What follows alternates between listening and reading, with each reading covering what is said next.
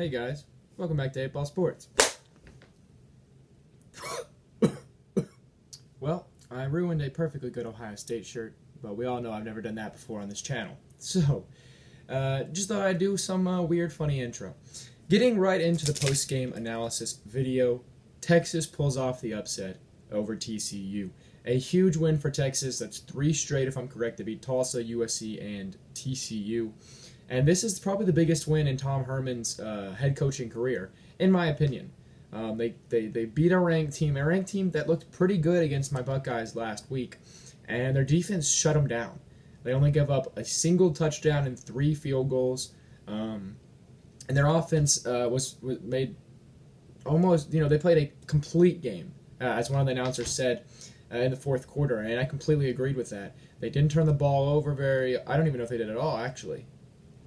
I can't remember if there was a fumble or not, but they didn't. Ellinger did not throw an interception, and unlike TCU, who did make the mistakes, and it cost them this game. If you're a TCU fan, your season was looking great. Maybe you upset Ohio State team, and you look good. You lose to Ohio State. Okay, all you have to do now is just win the Big 12. You're probably still gonna have a chance at the playoffs, but obviously now those chances have gone way down. In the hopes of TCU becoming a probably even winning the Big 12, those hopes are down, and making the playoffs. Obviously, those hopes are down. So for Texas, I mentioned it, but Sam Ellinger, 22 of 32, 255, 2 touchdowns, no interceptions. Rushing, Trey Watson, 15 for 58 with a touchdown. Ellinger also added a rushing touchdown. And then receiving, Colin Johnson, 124 and a score, and Lil Jordan Humphrey, 477 and a score. They were also 1 for 3 kicking, which is kind of just goes to show that the game could have been a lot worse when you look at the score. It could have been 37-16, which 21-point game. So if the kicker had made all his field goals, the score would have been a lot worse. For TCU, Sean Robinson, 17 for 29, 197 yards, 1 touchdown, 2 interceptions. Running the ball, Shane Robinson was your leading rusher as well. 9 carries, 57 yards. And then Sio Olunula, I believe, 12 carries, 55 yards.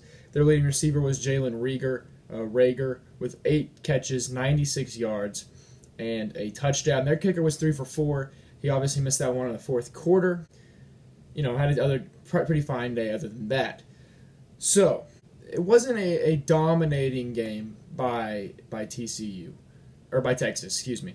But it felt like Texas was going to win the game the entire time.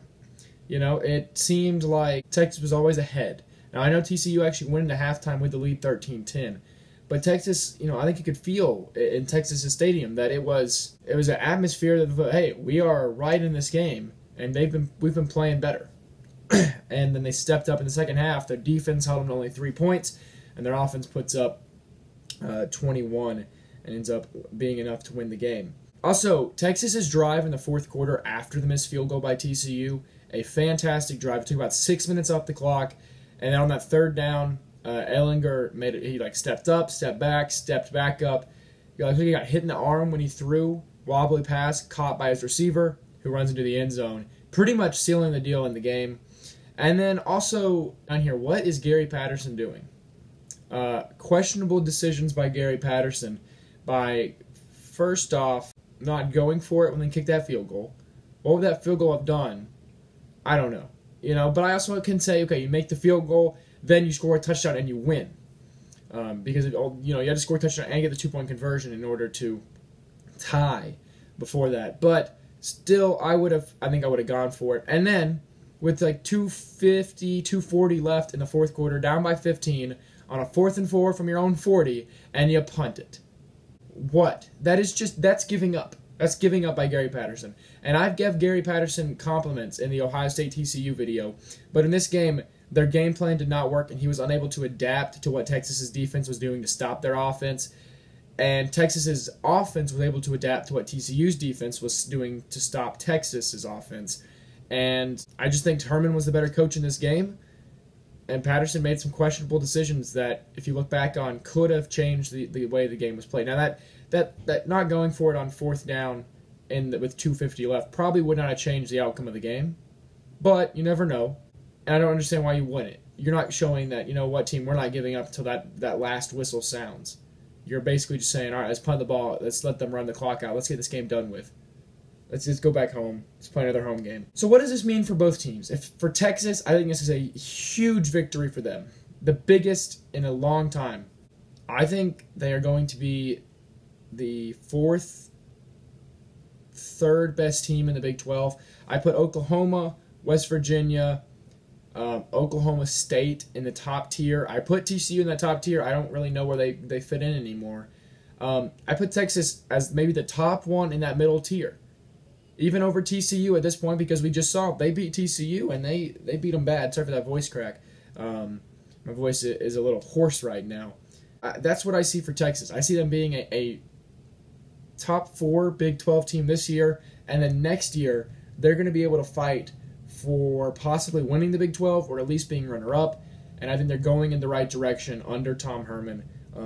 So if you're a Texas fan and you're watching this video, I think you have a lot to be pleased with from this game. If you're a TCU fan, your season started off strong. You looked good. Now you were playing some no-name opponents, but you still looked good against them. You struggled against SMU that first half, but there was a rain delay. You know, we can give it like that. You played pretty well against Ohio State. Had the lead going into halftime, similar to this game. A bad second half, which could be maybe a recurring theme. We'll have to wait and see. It's already happened twice. You have a good first half, and then you can't seem to make the right halftime adjustments like the other team does. Your playoff hopes are pretty much done. A 2-loss team has never made the playoffs, and I don't see that changing this year. I think we have enough good teams this year to where there's going to be maybe an undefeated team, 2 undefeated teams, and then 1-loss teams underneath them. You could still win the Big 12. You only have 1 Big 12 loss, so if you go on and beat Oklahoma, Texas right now is undefeated in the Big 12, so they're 1-0. But assuming they will lose to an Oklahoma or a West Virginia or an Oklahoma State, TCU still has a chance, but they're going to have to beat all those teams I just listed in order to make it to the championship game, win the championship game. So you still have a chance to be Big 12 champions. I don't see playoff hopes. I think those have pretty much been wiped out. But obviously nothing is impossible, and we could see something happen that hasn't happened before in the history of the college football playoffs. So this was my analysis of this game. It was a really good game, and it was a hard-fought win by Texas. They played a complete game.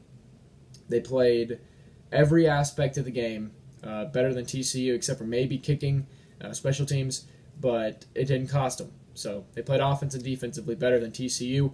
That won them the game. So if you enjoyed the video, hit that thumbs up button.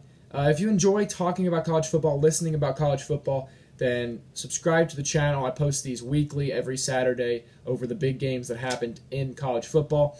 The comment for the day's video will be, do you think Texas is back?